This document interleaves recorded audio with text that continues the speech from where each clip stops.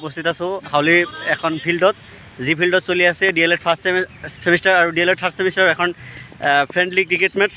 তো এই গোটেইখিনি মেটচ বাৰু কিমান ধুনীয়া হ'ল। তেওঁলোকে DLED ফাৰ্ষ্ট ছেমে ৰান দিছে 56 আৰু আমাৰ টাৰ্গেট হ'ল 57। তো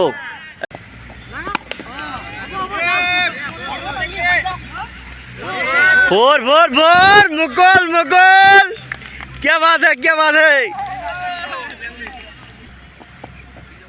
मजा। ओ शॉट शॉट शॉट 4 6 4 4 4 আছে নেকি চলি আছে। আমার জিগার সম্ভাবনাটা অধিক। তো DLED ফার্স্ট ছেম হারাম বলে আমি একদম দৃঢ় বিশ্বাসী। এয়া লাস্ট ওভারের প্রথম বল জিকি গ'লো। DLED ফাৰ্ষ্ট ছেমক আমি বেছি ৰানত হৰুৱা নাই যদিও 4টা বলত হৰুৱাইছোঁ।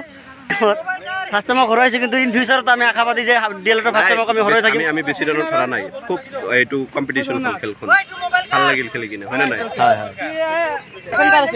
আমাৰ কেপ্টেইন আজি খেলত কিবা ক'ব নেকি খেলখনৰ বিষয়ে?